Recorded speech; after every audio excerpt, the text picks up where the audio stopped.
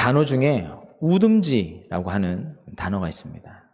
특별할 건 없고 우리가 나무의 가장 끝자락에 있는 그 줄기를 우듬지라고 합니다. 이 나무의 가지를 이 우듬지가 어디로 뻗으냐 나가냐에 따라서 그 나무 가지의 방향이 결정이 되는데 우듬지는 햇볕을 따라 움직입니다. 그러니까 햇볕을 쐬기 위해서 그 가장 나무 꼭대기에 있는 그 줄기가 햇볕을 향해서 계속 향한다는 거죠. 그래서 아무것도 주변에 없는 나무라고 한다면 올곧게 위로 이렇게 쭉 뻗어갈 것이지만 간혹 그 주변에 자기보다 더 높은 나무가 있거나 가지들이 있어서 햇볕을 가리게 되면 우리가 가끔 나무 중에 좀 가지가 이렇게 이상하게 좀 꺾여서 자라는 그런 나무들을 보실 때가 있을 겁니다. 바로 그런 내 주변의 환경들이나 상황들 때문에 그 가지가 햇볕을 보려고 하다 보니까 이상하게 꺾여 올라가기도 하고 또 다양한 모습으로 가지를 꺾어 올라가는 그런 모습의 나무들이 생기는 것이죠. 결국에는 그가 그렇게 하는 이유가 햇볕을 받기 위해서, 생존을 하기 위해서, 살기 위해서 그 우듬지라고 하는 나무의 끝줄기가 그렇게 발버둥치는 모습이라고 볼 수 있는데, 말하지 못하고 우리가 그 생각을 읽어내지 못하는 나무이지만 근데 그런 모습들을 통해서 우리가 신앙에서의 참 지혜를 발견할 필요가 있다고 생각되어집니다. 우리가 우리의 삶에서 우리가 어디를 향해서 가야 하는가, 누구를 향해서 가야 하는가 이미 정해져 있는 답이지만 다시 한번 그 나무들도 생존을 위해서 살아가기 위해서 햇볕이 당연히 있어야 되는 것을 본능적으로 아는 것이죠. 그래서 그 가지를 주변에 있는 상황들을 피해서 가지를 꺾어서 올라가는 것처럼 가지가 좀 이상하게 생기면 어떻습니까?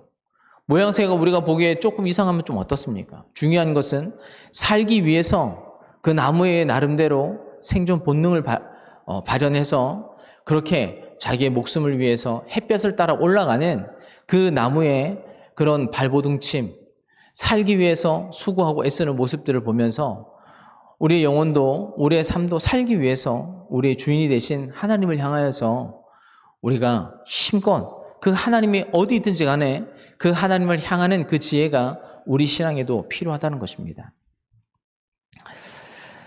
어떤 교수님이 연구를 하면서 인간의 하루에 150번 정도를 고민한다고 합니다. 어떤 선택의 기로가 한 150번 정도 있다는 것이죠. 아침, 점심, 저녁 뭘 먹을까라는 것도 고민일 거고 또 업무에 대해서 일이 있을 때도 항상 사람은 고민을 하는데 약 한 하루에 150번 정도 고민을 한다고 합니다. 한 달이면 4,500번이겠죠. 1년이면 5만 번이 좀 넘는 매일의 고민을 합니다. 우리가 그런 존재라는 거죠. 우리가 매일 고민을 한다는 겁니다. 매일 고민하고 그렇다고 해서 우리가 고민하는 대로 내가 이건 좀 불안해, 이건 좀 위험해 라고 하는 일들이 매일 생기는 건 아니죠. 아무리 고민을 많이 한다고 해도 또 반대로 이건 잘 될 것 같아, 이것은 내가 볼 때는 편하게 될 거야 라고 생각을 해도 그 일대로 우리 인생이 잘 풀려가지도 않습니다. 중요한 건 우리는 매일 그렇게 고민하고 또 걱정하고 염려하는 존재가 바로 인간이라고 하는 존재라고 하는 것인데 대부분 그런 고민, 염려, 걱정, 불안 이런 것들이 우리의 삶을 잠식할 때가 많이 있고 그래서 삶을 좀 더 활기차고 기쁘고 즐겁게 살기보다는 그런 고민에 얽매여서 불안에 얽매여서 살아가는 모습이 인간의 모습 속에 훨씬 더 많이 나타난다고 한다는 것입니다. 그럴 때 우리는 이 우듬지라고 하는 나무에서 지혜를 배우게 되는 것이죠. 살기 위해서 햇볕을 쫓아 올라가는 우리의 영혼의 주인이 되시고 우리를 구원하시는 그분이 하나님이시라고 한다면 우리도 상황과 환경이 아무리 불안하고 아무리 염려가 되고 아무리 걱정이 돼도 여러분 결국 우리가 하나님이라고 하는 분을 향하여서 우리의 가지를 계속 뻗어 올라가야 한다는 것이죠. 매일의 삶이 불안하고 근심이 되는데 성경은 우리가 그런 사람이 그런 존재라는 것을 알고 계시니까 성경은 항상 우리들에게 하는 말씀은 무엇이냐면 기뻐해라. 항상 기뻐해라. 항상 기도해라. 항상 감사해라. 여러분, 우리가 항상 기뻐하고 우리가 기도하고 감사하면 반대로 우리가 불안해할 필요도 없는 거죠. 염려에 휩쓸 필요도 없는 것이죠. 거기 안에 푹 빠져서 불안한 인생을 매일 살 필요도 없는 것이죠. 오늘 이 본문이 주는 23장에 우리가 읽었던 이 말씀을 통해서 오늘 하나님께서 다윗의 염려와 그 상황 이런 것들을 어떻게 인도하시고 또 그 문제를 해결해 가시는지를 오늘 함께 살펴보면서 하나님이 주신 은혜가 여러분들과 저에게 있기를 주님의 이름으로 축원합니다. 오늘 본문에 보면 세 종류의 사람이 등장을 합니다. 하나는 합리적인 사람, 하나는 이기적인 사람, 하나는 기도하는 사람, 세 사람이 등장을 합니다. 과연 이 세 사람 중에 어떤 사람이 자기의 처한 상황과 환경을 극복하고 뛰어넘는지 성경은 보여주고 있는데, 첫 번째 합리적인 사람이 등장하는데, 거기 보면 어떤 상황이냐면 지금 다윗이 도망하고 있는 중입니다. 사울이 이 다윗이 사무엘을 통해서 얘기했던 자기의 왕위를 패하고 이제 하나님께서 새로운 한 사람을 세워서 이스라엘 왕 세울 것인데 사울은 다윗이 바로 그런 사람이라는 것을 알게 된 이후에 다윗을 죽이려고 하고 다윗은 도피를 하게 되어지죠. 그 도피의 상황 속에 다윗이 현재 놓여 있는 것입니다. 도피를 하고 있는 중에 다윗에게 이런 소식이 들렸습니다. 1장 1절에 보시면 사람들이 다윗에게 전하여 이르되 보소서 블레셋 사람이 그일라를 쳐서 타작마당을 탈취하였습니다.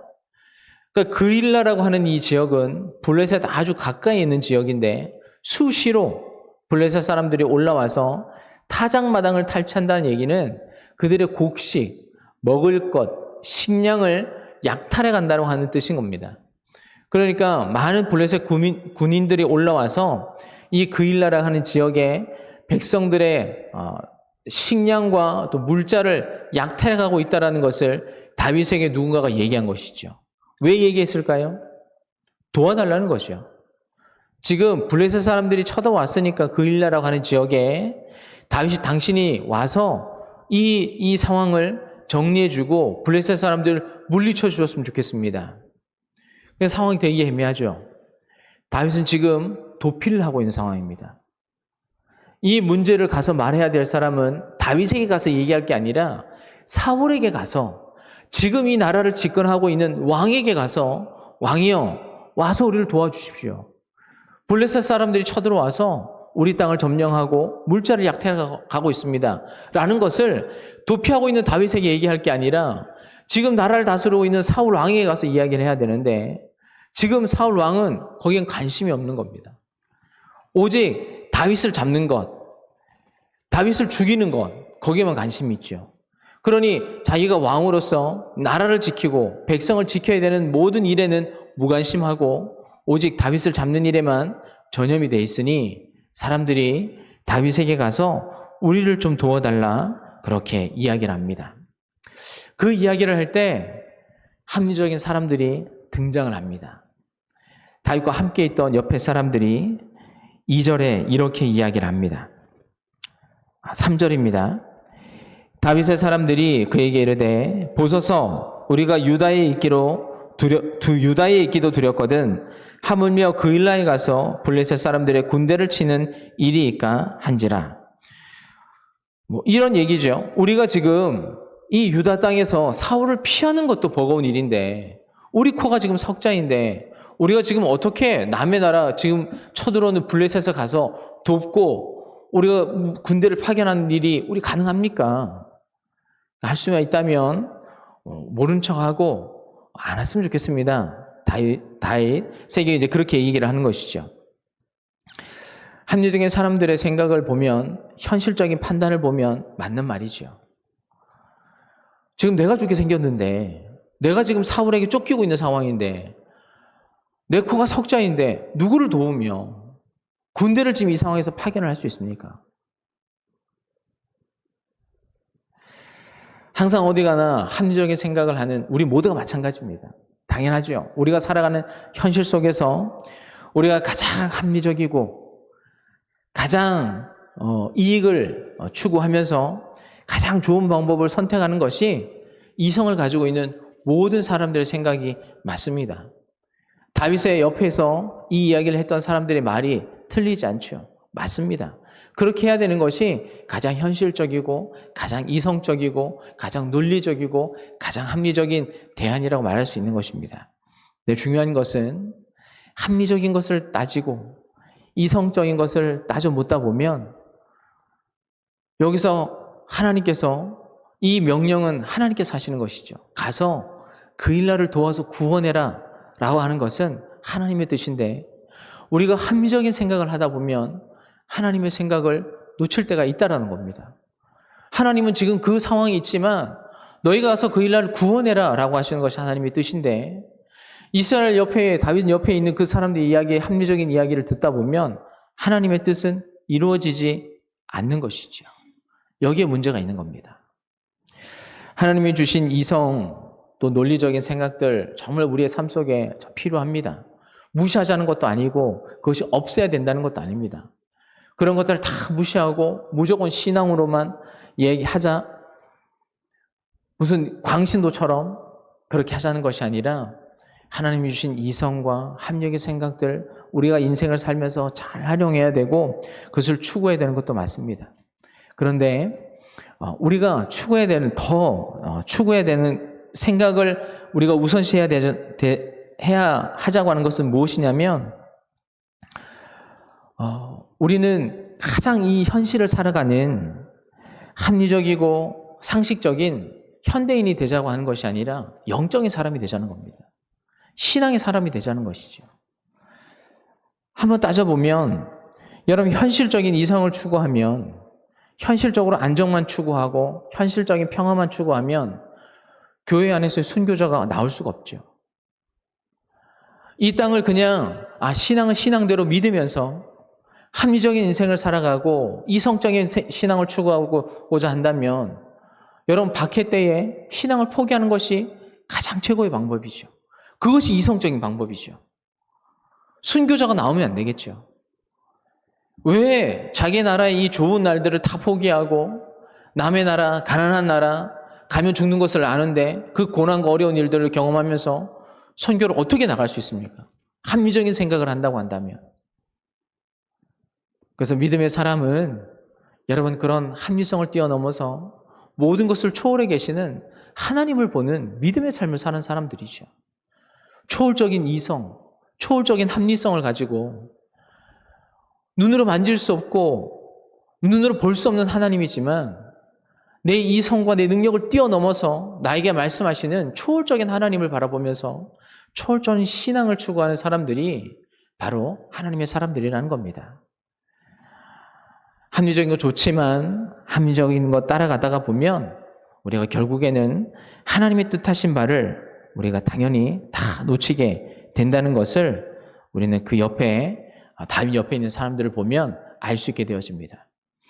다윗 옆에 있는 사람들이 어떤 사람이냐면 다윗이 도망 나올 때에 사울의 그 폭정을 피해서 나왔던 사람들입니다. 가난한 사람들, 핍박당하던 사람들, 억눌린 사람들, 본인의 처지도 가장 연약하고 이 사회의 일반적인 사울이 통치하던 이 시대에서 어려움 당하고 곤란 당하던 누구보다도 그 일라에 있던 지금 탈취당하는 사람들의 심정을 누구보다도 잘 알고 있는 사람들인데 그 사람들이 지금 자기의 상황과 삶들을 합리적으로 판단하면서 본인이 어려울 때는 기억하지 못하고 본인이 누군가의 도움을 절시 필요해서 다윗 옆에 다윗에게 도와달라고 할 때 그때의 상황들은 생각하지 못하고 그들을 도와주면 안 됩니다 라는 합리적인 생각만 하게 된다는 것이죠. 합리적인 사람들의 위험은 두 가지를 할 수 있습니다. 하나는 하나님의 뜻을 놓칠 수 있고 하나는 내 주변에 있는 사람들의 형편과 상황을 놓칠 수 있는 조금은 차가운 사람이 될 수 있다고 하는 것입니다. 여러분 하나님의 이성이 없으셔서 합리적인 생각을 못하셔서 죄인된 우리를 구원하셨을까요? 여러분 사랑하니까 다 초월하는 겁니다. 저와 여러분들을 사랑하니까 합리적인 거고 논리적인 거고 이성적인 거고 다 필요 없고 정의도 공의도 다 필요 없고 사랑하니까 여러분들을 그냥 끝없이 사랑하는 것 아닙니까? 저를 그냥 받아주시고 용서하고 이해하시는 것 아닙니까? 그래서 합리적인 것 좋지만 여러분 합리적인 것의 위험이 그런 것이 있다는 것들을 기억하고 우리는 너희는 사랑해라 라고 하시는 그 하나님의 말씀을 우리가 경청하고 귀담아 들으면서 여러분 이 땅의 합리성이 아니라 초월하신 하나님의 뜻을 살피는 믿음의 사람이 되어야 될 줄 믿습니다. 두 번째는 이기적인 사람입니다. 다윗이 그일라에 하나님의 뜻을 말씀을 듣고 사람들을 데리고 가서 그 땅을 점령하고 블레셋 사람들을 도륙하고 다 그일라를 구원해 주었습니다. 너무 재밌는 것은 무엇이냐면 그일라 사람들이 배신을 한 겁니다.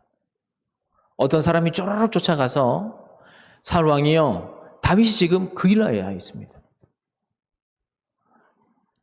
참 밉죠. 자기들이 어려워서 도와달라고 해가지고 가서 도와줬는데 상황이 다 끝나고 나니까 그 사람들이 쪼르르 사울에게 가서 고자질해서 다윗이 여기 있습니다 라고 얘기하는 겁니다. 왜 그랬을까?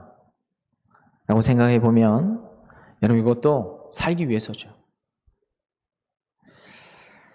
최근에 이스라엘 백성들에게 큰 이슈가 있었습니다. 아주 두려운 일이 하나 있었습니다. 그것이 무엇이냐면 다윗이 도피 생활을 시작했다라는 이야기가 딱 들리고 나서 가장 먼저 다윗이 도착했던 것이 놉 땅이었습니다. 놉이라고 하는 땅이었는데 거기에 아히멜렉이라고 하는 제사장의 가문이 그 땅에 살고 있었습니다. 많은 사람들이. 다윗 유일하게 나를 도와줄 수 있는 사람이 아히멜렉 제사장일 것 같아서 그에게 가서 자기의 지금 도피 생활을 하고 있으니까 조금 도와달라고. 그래서 골리앗의 칼이 거기 있어서 골리앗의 칼을 얻고 그리고 또 몇 덩이를 얻어먹은 것이 다였습니다. 그리고 도망을 나왔죠. 근데 이 이야기를 듣고 도액이라고 하는 한 사람이 이 모든 상황들을 사울에게 가서 고자질하였습니다. 그래서 사울이 많은 군대를 데리고 와서 이 아히멜렉의 모든 가문을 싹 다 죽이고 전멸시키는 이런 일들이 있었습니다. 이것은 하나의 사례인 것이죠. 지금 이스라엘 땅 안에 있는 누구든지 도피하고 있는 다윗을 도와주면 딱 아히멜렉과 같은 이 집안 꼴이 나니까 아무도 다윗을 도와주지 말라고 하는 경고성의 하나의 사례였던 겁니다. 그러니 그일라 사람들 동일하죠. 우리가 지금은 목숨을 구원했지만 다윗이 여기서 이런 일을 했다라는 것을 사울 귀에 들어가게 되어지고 그것을 우리가 말하지 않게 되어지면 사울이 똑같이 아히멜렉에 했던 그 무서운 일들을 우리 이 그일라 지방에 행할 수 있으니 살기 위해서 다윗을 고자질했습니다. 이해는 되죠? 살기 위해서. 네. 다윗만 죽이면 우리 그일라의 모든 사람들이 다 살 수 있으니까 살 수 있죠. 이것은 어떻게 보면 이기적이기보다 살기 위한 생존 본능이라고 말할 수 있겠습니다. 다윗의 옆에는 그런 사람도 있었습니다. 좋은 일을 하였는데 정말 마음을 다해서 지켜주고 또 품어주었는데 나를 배신하는 사람. 여러분 이런 사람들도 하나님의 뜻을 이룰 수는 없죠. 근데 진퇴양난에 놓여 있는 이 다윗에게 가장 최고의 길과 방향을 알려주는 방법이 무엇이냐? 그것이 바로 세 번째. 그것은 다윗이 주인공이기도 하지만 다윗이 이 상황에서 벗어날 수 있는 최고의 방법이 무엇이었냐라고 하면 바로 하나님 앞에 묻는 것이었습니다. 다윗은 기도의 사람이라고는 말하죠. 다윗은 항상 어려움이 있었지만 위험이 있었지만 다윗은 항상 하나님께 기도하고 묻는 사람이었습니다. 우리 성경을 보시면 이 짧은 전체 사실은 1절에서 14절까지가 본문이라고 얘기할 수 있는데 거기에 보면 우리가 이 땅을 치러 가야 됩니까? 말아야 됩니까? 라고 할 때 다윗은 하나님 앞에 묻습니다. 그리고 또 다시 한번 또 사람들이 올라가는 것이 합당하지 않습니다 라고 얘기할 때 다윗은 하나님 앞에 또 묻습니다. 하나님, 그래도 우리가 또 올라가야 될까요? 우리가 그 일나라고 하는 것을 구원해야 되겠습니까? 또 거기서 하나님의 확답을 듣죠. 가서 구원해라 라고 해서 그 일날에 간 것입니다. 그리고 마지막 이 사실을 다윗이 알게 돼서 에봇을 가져오라고 하고 하나님께 또 묻습니다. 하나님, 사울이 여기 내려올까요? 그 일날 사람들이 우리를 배신할까요? 하나님께 또 묻습니다. 하나님께서 대답하시는데 그 일날 사람들이 너를 배신할 거다. 사울에게 넘겨줄 거고 사울이 너에게 내려올 거다 라고 그렇게 이야기를 합니다. 여러분, 이 본문 안에 두 사람의 어떤 신앙에 대한 고백이 서로 각자가 다르게 등장을 하는데, 그래서 하나는 뭐냐면 사울 왕의 고백입니다. 사울이 이렇게 이야기를 합니다. 사람들이 자기에게 찾아와서 다윗이 지금 이 그일라 성에 있습니다 라고 할 때 사울이 이렇게 얘기를 합니다. 하나님께서 나를 도우신다. 자기 착각이죠. 지금 다윗도 하나님 앞에 기도하고 있지 않습니까? 하나님, 이 사람들이 우리를 넘길까요? 안 넘길까요? 사울이 내려올까요? 안 내려올까요? 라고 다윗도 묻고 있고, 사울은 다윗이 그일라에 있다라는 얘기를 누군가가 자기한테 얘기해 주고 그일라라는 성 안에 갇혀 있다라는 것을 들었을 때에 사울이 이야기하기를 하나님께서 나를 도우신다 라고 얘기합니다. 여러분, 우리가 신앙생활을 할 때 그런 착각을 할 때가 있죠. 내가 원하는 일들이 막 이루어질 때 하나님께서 나를 돕고 있다라고 생각할 때가 있어요. 기도하지 않는데, 하나님 앞에 묻지 않는데 하나님께서 마냥 나를 돕는다고 내가 원하는 일들이 막 이루어지고 있으니까 그것이 마치 하나님께서 나를 돕는 것이라고 생각하는 착각을 할 때가 있죠. 사울이 그런 사람이었습니다. 여러분, 사울이 지금 해야 되는 것은 무엇이냐면 회개를 해야 되죠. 사울이 지금 이렇게 다윗을 쫓는 이유가 뭔가요? 하나님, 결국에는 처음에 하나님 말씀을 듣지 않았기 때문에, 하나님께서 이렇게 해라 저렇게 해라 라고 하는 말들을 사울이 한 번도 듣지 않았기 때문에 지금 하나님께서 사울을 너를 그 왕에서 폐위하겠다라고 하는 얘기를 들었으면 자기가 이 얘기를 듣고 좋아할 것이 아니라 하나님께서 왜 나를 이 왕의 자리에서 폐하실까? 나를 왜 물러나게 하실까라는 것을 고민하고 생각하면서 내가 무엇이 잘못됐는지를 돌아보고 하나님 앞에 회개하며 자기를 고치는 작업을 해나가는 것이 맞죠. 그런데 다윗을 죽이고자 하는 뜻은 하나님의 뜻이 아니라 자기의 뜻이잖아요. 다윗이 지금 사라졌으면 하는 바람은 하나님의 뜻이 아니라 자기의 뜻이지 않습니까? 그런데 그것을 마치 하나님의 뜻인 것처럼 기도해 보지도 않고 자기를 고치려고 하지도 않고 회개할 생각도 하지 않고 내 뜻이 다 이루어지면 마냥 그것이 다 하나님의 뜻인 줄 착각하는 그런 모습을 사울은 보여주고 있는 것인데, 우리 신앙생활도 이 사울의 모습을 보면서 우리가 좀 조심해야 될 필요는 있다고 하는 것입니다. 내 뜻이 다 이루어지는 것이 마냥 다 하나님의 뜻이 이루어지는 것은 아니라는 것. 하나님께 묻고 다윗처럼 또 묻고 또 묻는 그런 신앙이 우리 안에 있어야 될 줄 믿습니다. 그래서 다윗이 하나님 앞에 또 묻습니다. 하나님, 그럼 우리가 어떻게 해야 될까요? 라고 해서 하나님께서 다윗을 잘 도피할 수 있도록 도와줍니다. 다윗이 그일라 성을 빠져나왔다는 이야기를 듣고 사울이 그일라를 찾아오지 않죠. 그리고 그의 추격이 당분간은 멈춰졌는데 14절 말씀에 이런 말씀이 기록되어져 있습니다. 다윗이 광야의 요새에도 있었고 또 십광야 산골에도 머물렀으므로 사울이 매일 찾되 하나님이 그를 그의 손에 넘기지 아니하시니라. 다윗이 붙잡히지 않는 이유는 다윗이 잘 도망다녀서 다윗이 전쟁에 능한 사람이라서 라고 성경은 말씀하지 않고, 그가 사울이 잡을 수 있을 만한 거리에 그 땅에 그의 힘이 뻗치는 그 이스라엘 백성들 땅 안에 있었지만 다윗이 대단해서 다윗이 능력이 많아서가 아니라 성경은 하나님께서 다윗을 사울의 손에 넘기지 않았다라고 얘기를 하고 있는 겁니다. 그래서 하나님께서 매일 하나님 앞에 묻고 기도하는 다윗, 하나님의 뜻을 찾고 구하는 다윗, 그 다윗을 하나님께서 기뻐하시는 것이고, 그의 능력 여하를 떠나서 하나님의 어떤 시험의 큰 과정 속에 다윗이 있는 것이기 때문에, 여러분, 결국 다윗이라고 하는 그 사람의 인생이 하나님의 손 안에 놓여 있는 것이고, 하나님께서 그를 보호하고 계시다라는 것을 성경은 계속해서 말씀해 주시는 것이죠. 여러분, 이것이 우리의 삶인 것이죠. 믿음의 사람들의 삶인 것입니다.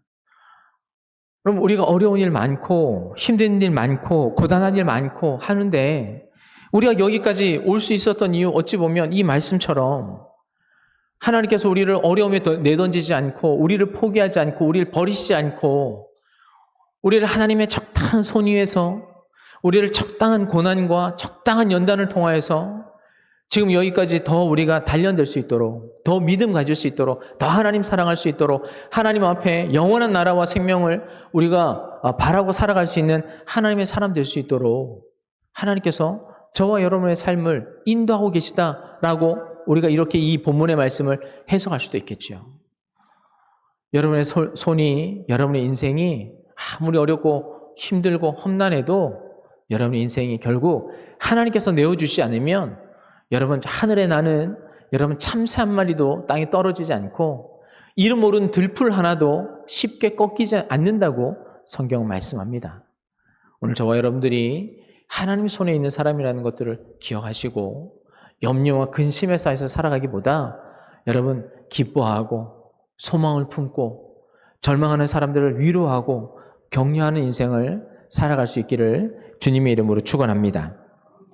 말씀을 마무리하면, 처음에 제가 우듬지라고 하는 단어를 말씀드렸습니다. 그 햇볕을 향하여서 살기 위해서 발버둥치는 그 나무의 끝자락처럼, 여러분, 우리의 매일의 삶이 늘 행복하고 기쁘고 웃음 짓는 일보다는 정말 짜증나고 또 화나고 또 불안한 인생, 매일의 삶들을 그냥 버티는 시간들이 더 많지요. 매일의 삶이 좀 그렇습니다. 매일 화창하고 매일 기쁘고 매일 무지개 뜬 것 같은 화창한 날이 우리 안에 더 많은 매일이기보다, 매일의 삶들이 뭔가와 다투어야 하고 뭔가를 이겨내야 되고 뭔가를 버텨야 하는 그런 고단한 인생의 하루하루가 계속 이어지는데, 그럼에도 불구하고 여러분, 우리의 우둔지가 하나님을 향해서 계속 뻗어나간다고 한다면 여러분, 햇볕을 받고 살아갈 수가 있습니다. 여러분들이 하나님을 향하여서 말씀을 읽고 기도의 삶을 매일 살아갈 수 있다면, 여러분, 그 말씀이, 그 기도가 여러분들에게 계속적인 마르지 않는 생명수와 힘과 에너지가 되어서 여러분의 삶을 하나님께로 인도하고 여러분의 삶을, 여러분의 힘듦을, 여러분들의 어려움을 구원해 줄 수 있는 하나님의 손길이 여러분들의 인생 가운데 함께 하실 것이고, 여러분들을 영원한 하나님의 나라로까지 인도하실 것을 믿으며, 또 한 주간 여러분 말씀에, 기도에 또 충만하고 집중하셔서 그 힘을 가지고 또 한 주간을 우리가 또 믿음의 사람으로서 잘 살아낼 수 있기를 주님의 이름으로 축원합니다. 함께 기도하겠습니다. 하나님 아버지, 말씀 안에 충만한 저희들 되게 하여 주시옵소서. 하나님, 매일 하루에도 근심과 걱정이 사라지지 않고 내일의 염려, 오늘의 걱정으로 살아가는 저희들에게 쉬지 말고 기뻐하고 감사하고 기도하라고 말씀하시면서, 기도하는 자를 돕고 또 우리에게 새 이름을 주셔서 독수리 날개치고 올라가는 새 힘을 통하여 오늘의 삶들을, 우리의 위기를, 우리의 현실을 극복하게 하시는 그 하나님의 약속을 믿고 하나님 기뻐함으로 살아갈 수 있는 하나님의 자녀들이 되게 하여 주시옵소서. 뿐만 아니라 내 주변에 있는 어렵고 힘든 사람들에게 하나님, 내가 가지고 있는 영원한 생명과 예수 그리스도라고 하는 그 은혜와 능력을 사람들에게 전달할 수 있는 하나님의 사람들 될 수 있도록 도와주셔서, 나만 생각하는 것이 아니라 내 주변의 사람들을 돌아보고 힘겹고 어려워하는 사람들, 인생에 힘이 없고 인생에 방향이 없고 진리를 알지 못하는 사람들에게 영원한 하나님과 그 은혜를 나누며 살아갈 수 있는 하나님의 귀한 자녀들 되게 하여 주옵소서. 감사드리며 예수님의 이름으로 기도하였습니다. 아멘.